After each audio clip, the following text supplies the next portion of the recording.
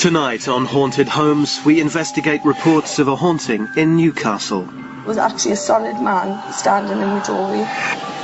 Where one member of the family is too terrified to sleep in her own home. I've always... I have to calm myself down. Can Mia Dolan, one of Britain's most sought-after psychics, help the Elvins? Scarred, badly scarred. Looks like burns. Oh my God, that is the strangest thing I've ever seen in my life. I felt as if there was someone crouching, ready to jump. This was scary for me talking to you.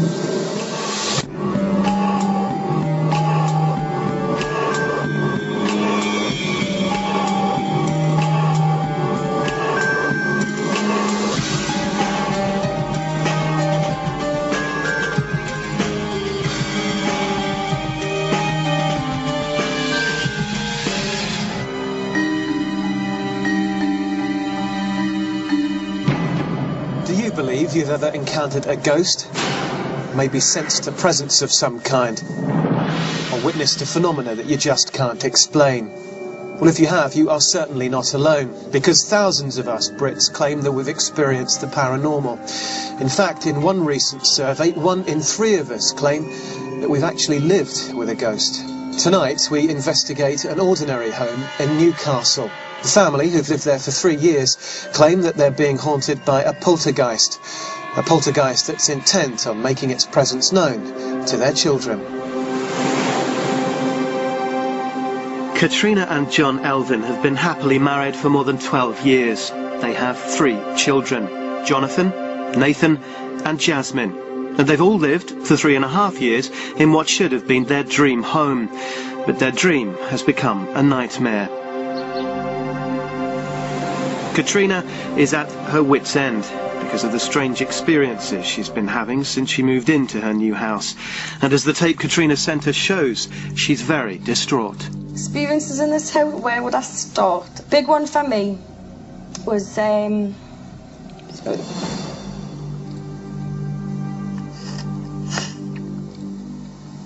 always... I have to calm myself down. Having spent the last 3.5 years meticulously decorating her home, Katrina fears that she and her family will be forced to move out. When we first viewed the house, I was really excited. It had loads of potential. I knew the kids would be safe, for playing out the front. On moving in, Katrina claimed to have some disturbing experiences. Katrina felt as if there was a presence constantly as soon as we moved in, type of thing. I'm sort of sceptical about it, type of thing. The first night, I heard the little one get up. I heard the little one come into the room. And basically, without even opening my eyes, I just pulled the cover back as if to say, well, in you get. And the little one didn't get in the bed. So I thought, he's in a new house. He's probably wandered in, thought, where am I? And wandered back out. So got out of bed, went to investigate, and he was actually fast asleep. So, if Nathan was fast asleep, who was the mystery man? One particular night in this house, I'd woke up early hours of the morning and saw a solid man. He was standing in the doorway of the bedroom looking towards the bed. I was petrified. The room was silent, but I could hear my heartbeat. Obviously, he was actually closer to the kids' bedrooms than I was, and I was frightened, it could cause them harm. I repeatedly closed my eyes, opened them, still there, closed my eyes, opened them, gone. Just vanished. But Katrina wasn't the only person in the house who claimed to have witnessed this late-night visitor. More worryingly for a parent, she says the figure was also watching her 12-year-old son, Jonathan. He's often talked about man upstairs. The man that comes in my room. The man who watches me when I play on the computer. We used to say that a man used to stand at the end of the bed, which is obviously where the cupboard is. And he would never go to sleep without the cupboard door shut. But of a morning time, he would come through and he'd say, Daddy, the cupboard door's opening. Even more disturbing for Katrina was what 5-year-old Nathan said he'd experienced. Nathan went to walk out of the room, stopped on the spot. He was asked what was the matter, because he was just basically looking through the doorway down the top passage. He couldn't speak. He was literally frozen, stuck to the spot, and that lasted a good few minutes. When we calmed Nathan down, He said that he saw the monster man, as his actual words. This apparently walked out of my bedroom, walked down the passage on the top landing. He was really shook up about it. I was still very sceptical because I've never actually sort of witnessed anything or sort of heard anything myself. Distraught that John didn't believe what the rest of the family were experiencing, Katrina set up the cameras we gave her to record a video diary to prove to John that there definitely is activity in the house. Bedtime, this time of night, the time of night when I don't feel so good. I don't look forward to going to bed some nights. Katrina's anxious mood appears to be rubbing off on the children as they find it hard to settle down for the night. John does one last check. I sense things. I get woke up through the night. Nothing visually to be seen, but a very frightening feeling. With the rest of the family asleep, Katrina is already up again. I'm sitting in the kitchen, pitch black, which is very, very brave for me. On the off chance I might pick something up. It's so scary for me to remember. The next day, the kitchen camera had recorded nothing out of the ordinary. However, Katrina found something disturbing on the camera set up in her daughter's bedroom.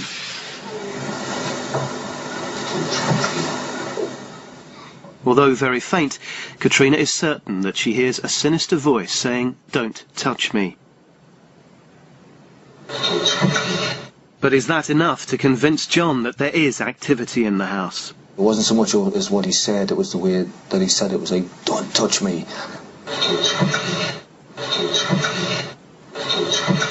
That was the point where I said, yeah, maybe there is something going on type of thing. Obviously I've got kids to sort of think of, and my wife who has been suffering from sort of these occasions for a while. It's obviously affecting her, so it scares me in that sense that it's affecting, or could affect, the rest of my family, you know.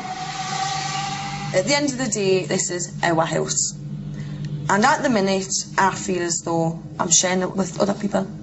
Katrina took a job doing night shift simply because she has a problem with sleeping. There's going to be some point where it's going to get too much, and we would have to make a decision to either move or get it resolved. It's no surprise that Katrina and John Elvin are distraught. They say they're sharing their home with a spirit they call the Monster Man, and that he's ruining their lives. They want him out forever. Things are so bad that Katrina's taken to working night shifts so as to avoid sleeping in her own bedroom. They are desperate, and they've called in the Haunted Homes team for help. Mia Dolan, one of Britain's most sought-after psychics, heads up the team. A psychic is somebody who covers all areas of the paranormal. It's a paranormal consultant. Some of the activity that indicates you've got a haunting is extreme temperature changes, smells that come from nowhere, overpowering and then go again, lights and orbs that have no logical explanation, bangs and noises that don't make sense, and of course, if you see a ghost in the room. Before meeting the Elvins, one of the techniques Mia uses is a spiritual practice called psychometry. Psychometry is picking up information from objects. If somebody's held something a lot, or used something, or worn something, it's going to soak up the vibe anyway. It's a great way to get a feel of a property you're going to. It's like the first clues. It's time for Mia to assess some of the personal items belonging to the family. She hones in on two in particular. I'm getting images of like a lounge, and pictures are moving, things are swinging, and a strong smell of smoke. And the smoke is not, it's not as if the house is burning, but the smoke brings fear. It's very uncomfortable. This sits near the bookend. It's in the same room, and the smoke, once again the smoke. Very uncomfortable feeling. Mia says the image of flames and smell of smoke are invading her consciousness. There's something live in this house, something's happening. It's not just a case of people being scared. We've got a haunting. Psychic Mia Dolan has now examined some of the family's possessions, and she says she's already picking up on a strong sense of fire and of burning coming from the objects. Clairvoyants and psychics believe that they have the power to help ghosts trapped here with us move on to the spirit world. But that's often not without a fight. Armed with crucial information about the family, Mia says she's now determined to find out whether or not the Elvens really are being haunted by a ghost that they call the Monster Man. What will Mia uncover when she visits the family home? Did you see that? I felt as if there was someone raping John. It's going up though. What's upstairs? Oh my God, can you not feel anything, Darren?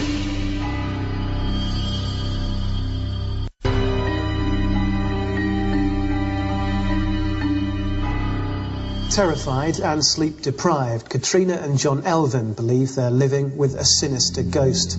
They say the male figure, who only makes himself known after dark, is terrorising two of their children. But what is the dark shape that the family have named the Monster Man? And why won't he let them have their home back? Is he for real, or is he a figment of the family's imagination? Over the next 2 days, our team of investigators will try to find out. Mia is driven to the Elvens' house. Apart from the psychometry, she has no prior knowledge of the family, their home, or even its location. Mia has been keen to make the visit, convinced that evidence of the family's suffering will make itself known. So, what is it that's making John and Katrina Elven's life a living nightmare? Well, this isn't a job for daytime investigation. In the dead of night, in fact at the stroke of midnight, our team will try to locate the Monster Man. What is he? Who is he? And why is he there? The night of the vigil has arrived, and it's time for Mark to set up his equipment. We're going to set up a pair of motion sensors. We're hoping that by placing these here, should anything break the beam, it will cause the alarm to go off, and we will be able to come down and monitor what's gone on. Mark also sets up a thermal imaging camera which records temperature changes that some believe can indicate paranormal activity. With the setup completed, Mark takes advantage of a lull in the proceedings to check out the Elvens' recording. They believe they can hear a voice which tells them, "Don't touch me." Now, on playing it back, I'm not so sure that's actually what this voice says. I've actually picked up 2 different phrases, maybe. One I've discarded now was "John, don't speak." Now I believe it actually says "Don't try and talk." Either way, it's a negative phrase that I don't believe would be mentioned by anyone else in the house. If it's not anyone in the house, who or what is it?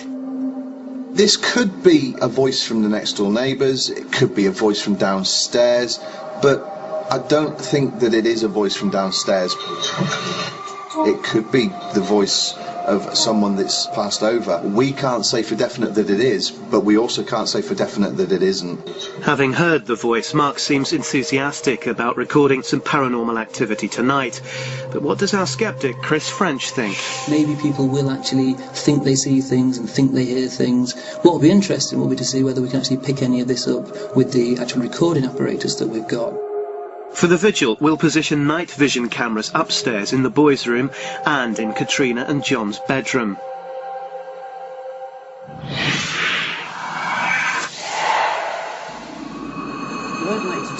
At precisely midnight, Mia, Mark and the Elvens take their places, whilst Chris monitors the house from the Winnebago, the nerve centre of tonight's vigil.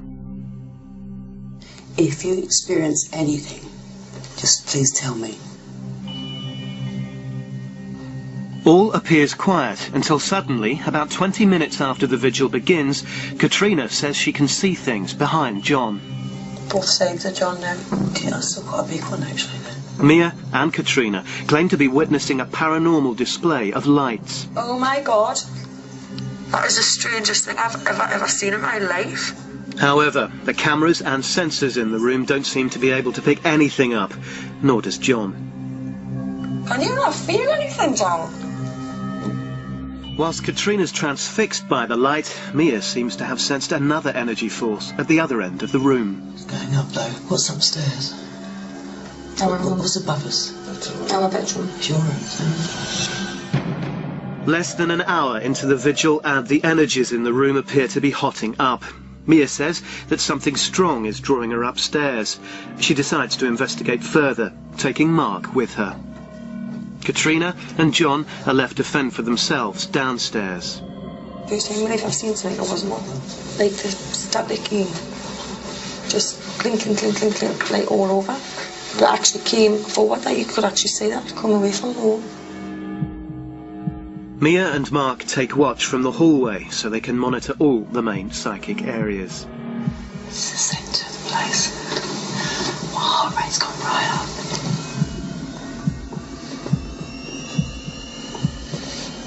I just saw something going in the doorway. If this is a poltergeist, as Mia suspects, she says it'll try and outwit her.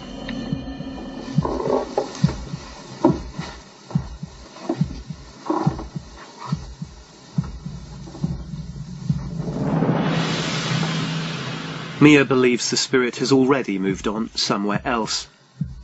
So she sends Mark in to see if he can sense anything. But almost immediately, Mia claims that something is right next to her. Just standing here. Somebody was just standing here.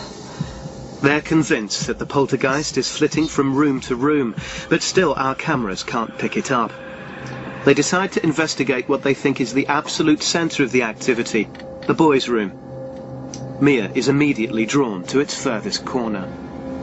I'm actually feeling like I want to stay away from that area of the room. It's like a denseness. Yeah.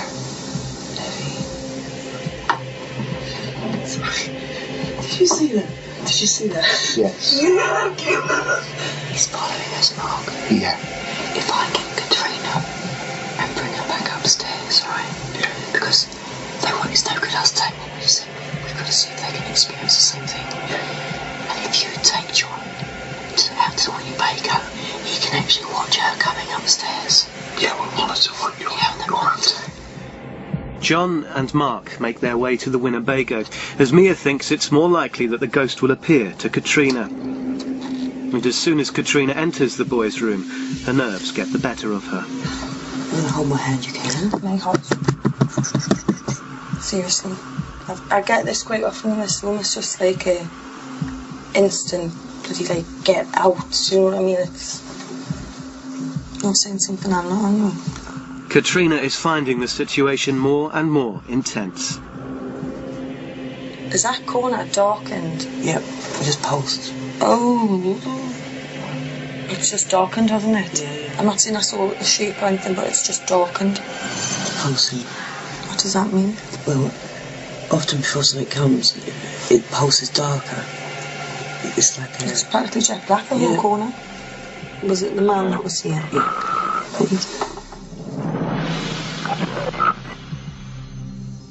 Well done on coming upstairs. I know you didn't want to, but I think it helps. I'm interested to see what, Chris and a skeptic, the professor guy. I'd like him to walk around here on his own. But before Mia can get Chris into the house, John, who's so intrigued by the effect the boys' room has had on everyone else, insists on going up first. The darkness, the actual point in which it's like really black, is actually quite a big shape. I felt as if there was someone crouching to it and ready to jump. Finally, our hardened skeptic is allowed into the house. The others watch from the Winnebago. This is the boys' room. I'm going to stand here for a while and just see whether I can get any of that kind of sense that they get of what it is that's scaring them. But this is another room I'd be quite happy to spend the night in and go to sleep in. He's cooking yet, mate. There's a challenge. He said that on national telly, he's spending the night. Oh, he would though, but he'd just pass out right now. He's desperate to go to sleep, that's why he keeps saying it. No, I'm not getting anything at all. No. Overall, I have to say, I'm not convinced that anything paranormal was happening last night. But at the end of the day, if Katrina and her family think that paranormal stuff's going on, then hopefully by Mia taking part in her rituals to get rid of this, then if that makes them feel better, then that's what really. Yesterday night's vigil was very interesting. We had both myself and Mia witnessing a visual apparition. I still don't know what it's here. I don't know why it's here or what it's trying to do. And I'm not going to find out until I open up properly and bring it in. But how are the Elvens feeling after their 5-hour vigil? I don't mind admitting I was petrified. It was more relief on my behalf more than anything else. It wasn't a relief for myself as such, it was a relief for Katrina. I could sense there'd been like a weight off her shoulders, taken away off her shoulders. Tonight, hopefully everything is going to stop. Our investigation team spent many eventful hours at John and Katrina Elven's home. But what you saw didn't end there. What's gone unreported up until now are the many technical problems we encountered. Interference on our equipment, battery failures, and the fact that one of our crew members saw something that frightened them so much they weren't prepared to talk about it. None of that impressed Dr. Chris French. He says that none of it amounts to any evidence of the paranormal, but everyone else who was there that night disagrees. Mia and Katrina claim they saw strange lights, and when Mia was upstairs with our paranormal investigator Mark Webb, they both say they saw the ghost in the boys' bedroom. Mia now believes she has to confront the spirit in order to help it from this world into the next. See how Mia copes when she summons up the Monster Man. Scarred, badly scarred. Looks like burns.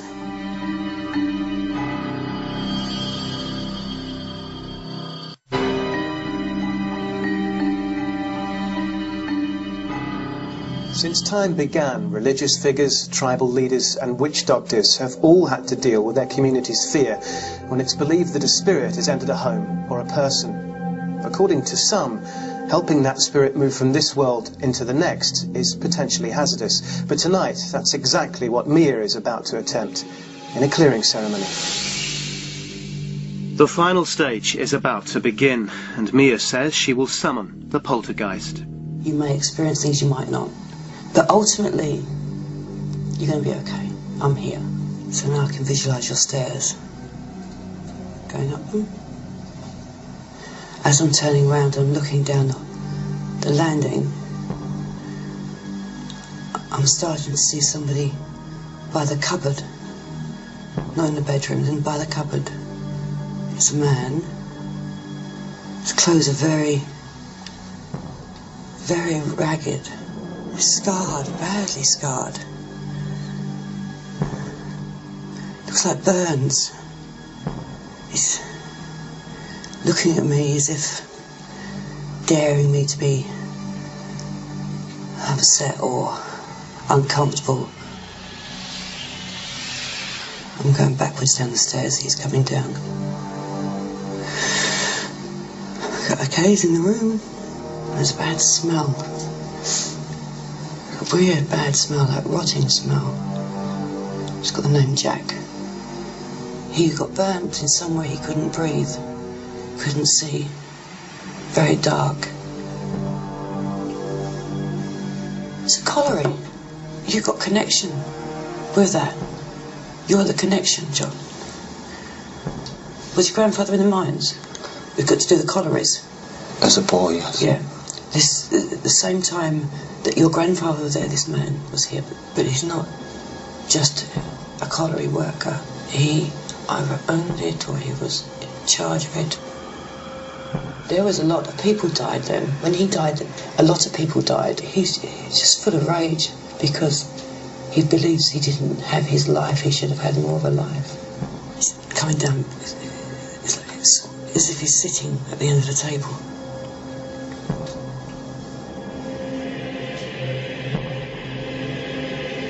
He screamed at me, tell them something. Tell them I didn't do it. Tell them I didn't do it. He was blamed, or he feels blamed for the fire. And it wasn't him. Find out and tell the truth. Find out. It's not you he's screaming at. He's saying tell them, meaning everybody. I'm getting stam. I don't stam food, stam stuff. You know, that's why he's here, you know. All my hair's start going round. Mia seems to have a struggle on her hands. Oh, sorry. Do it. She needs to send it over now. De profundis clamave ad de Domini, Domini exaudi vocum. Mia recites a Latin prayer for the dead. Dentus invocium, deprecationis miae, si iniquitas observabus, Domini quae sustenabi. God.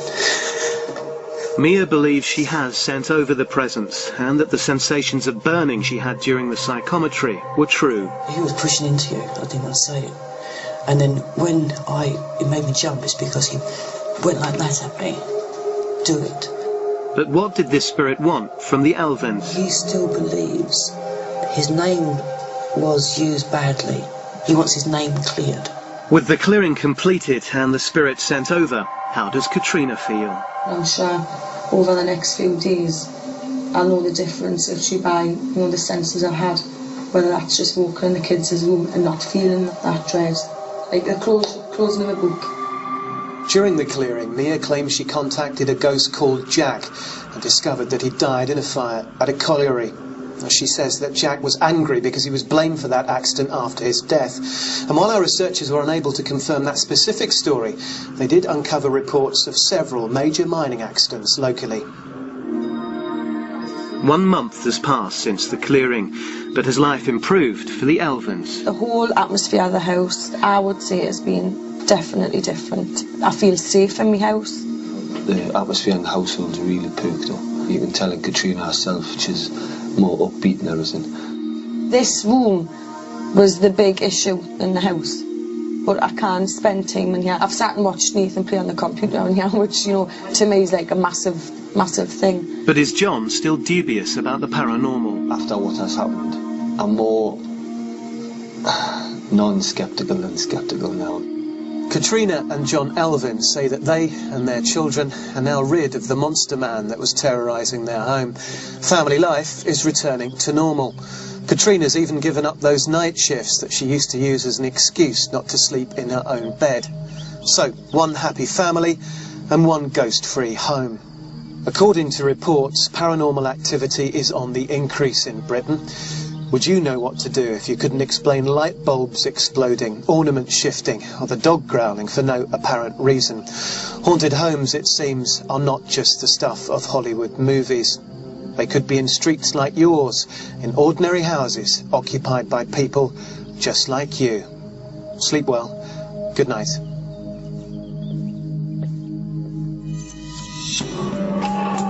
Well, slightly less mystifying, we hope. What are the chances for the British teams? Champions League Weekly finds out next.